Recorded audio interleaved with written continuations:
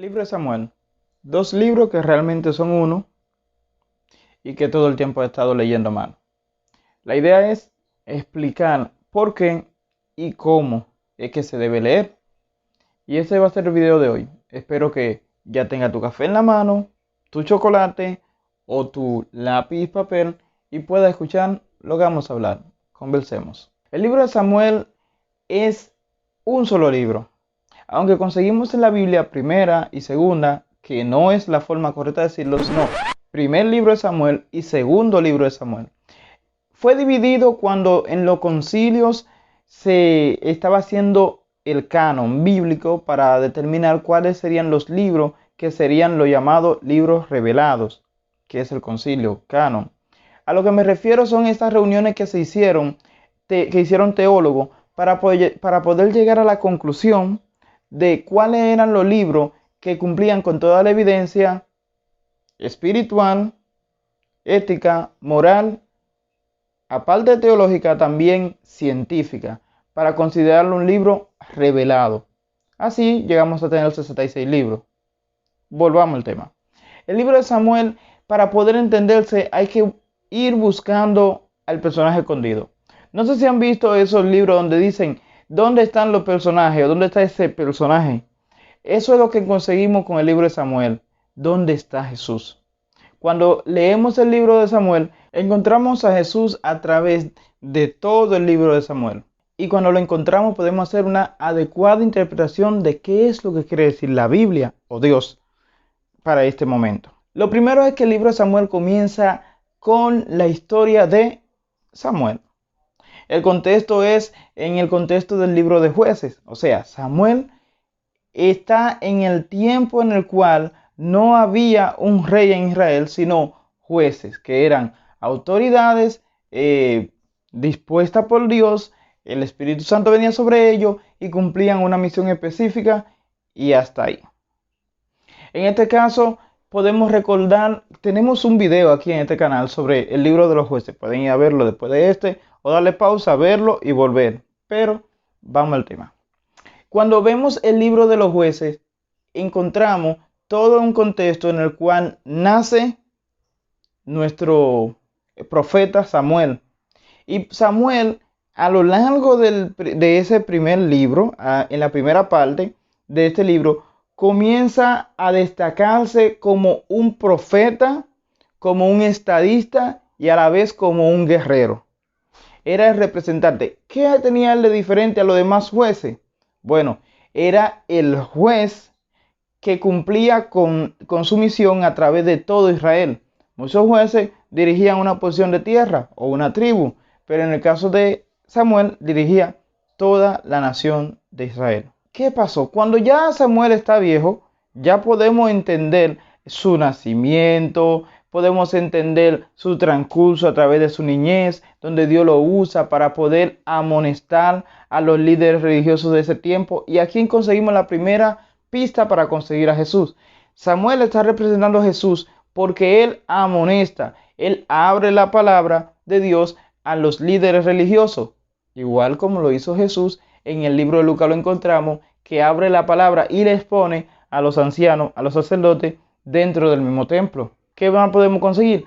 Samuel es un hijo prometido que viene a cambiar el curso de toda la historia de Israel para ese momento, igual que Jesús, un hijo prometido que cambia el curso de la historia. Pero ya en su vejez, el pueblo no quiere que haya más jueces.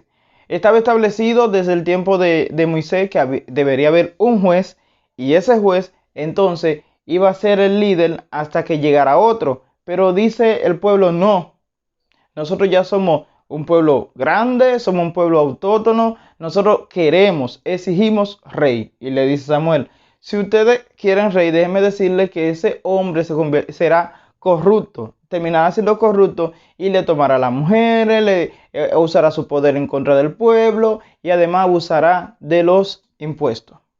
Bien, al final tuvo que orar al Señor y buscar rey.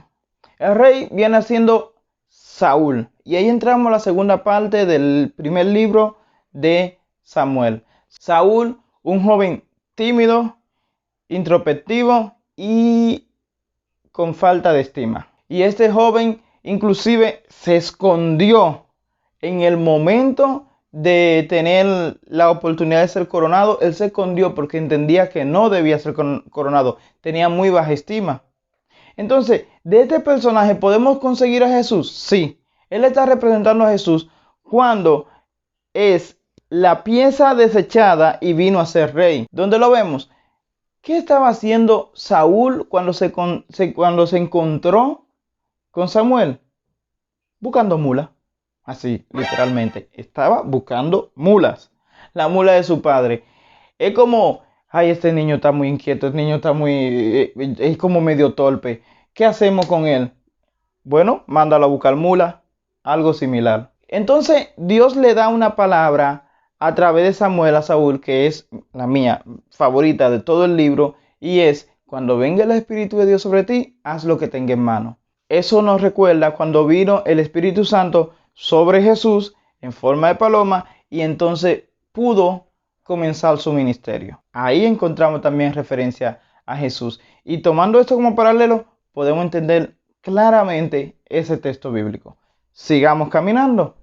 Entonces Saúl llega al momento en el cual no puede vencer a un gigante y se introduce David.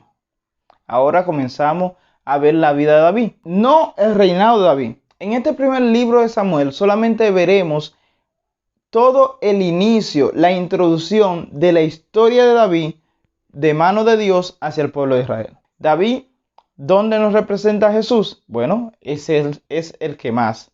David, joven pastor. Jesús, el pastor. David se enfrenta a un desafío más grande que él, al gigante. Jesús se enfrentó a la misma muerte, siendo hombre. Era impar la batalla y aún así ganó. La historia de David la conseguimos en estos capítulos, específicamente con la introducción de su rechazo, de su unción a pesar de todo lo que tenía en contra. Y aquí encontramos a Jesús. Primero, los hermanos de David lo rechazaban porque entendían que él no era capaz de cierta cosa. Segundo, David vino a pelear la batalla de otros, igual que Jesús, que vino a pelear la batalla de nosotros, su iglesia. Y así terminamos con el primer libro de Samuel. Pero nos queda todavía un libro, o sea, la segunda parte del libro. E introduce directamente con los reinados de David, donde conseguimos que David reina una porción pequeña de tierra y que luego, eso por honrar a Saúl, y que luego llega a gobernar todo Israel. Inclusive también hizo esa transición para evitar que Israel se dividiera, cosa que no lograron sus hijos luego. Conseguimos un detalle específico dentro del reinado de David y es el error de Natán. Y esto debe quedarnos a nosotros para siempre. El profeta Natán fue consultado por David para poder construirle templo a Dios. ¿Qué le dijo Natán? Bueno, Dios está contigo, haz todo lo que tú quieras. Ay, mi madre.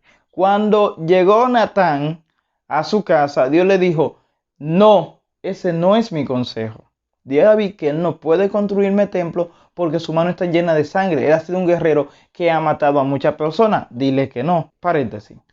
¿Qué quiere decir esto? Hermano, usted tiene que tener cuidado cuando usted va a hablar de parte de Dios.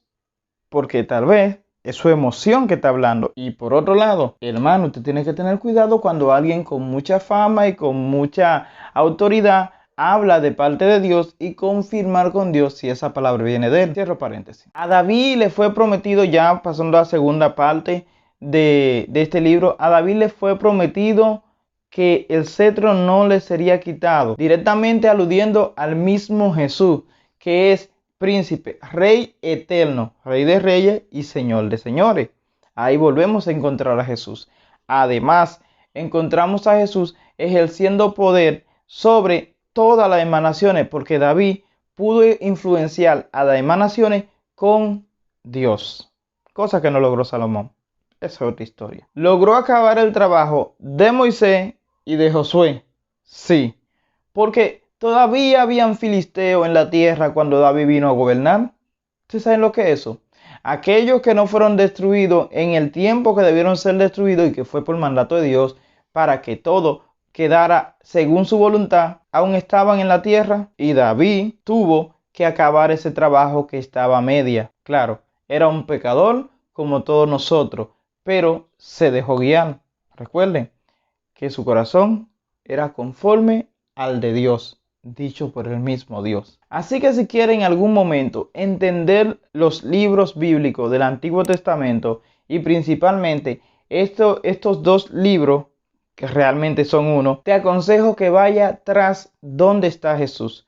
Cuando identifica cuál es la referencia a Jesús, claramente puede hacer una exégesis adecuada de lo que Dios quiere decir para tu vida y la vida del pueblo. Sí, gracias por estar con nosotros. Este fue el video de hoy y yo quiero que ustedes me comenten, por favor, ahí abajo, todo lo que ustedes quieren que yo hable para el próximo video. Estoy abriendo la puerta a que usted me guíe, a que usted me diga, Jorge, yo quiero saber esto. Si quieren podemos hacer un video de preguntas y respuestas para poder acabar con muchísima duda. Ustedes pónganme a trabajar.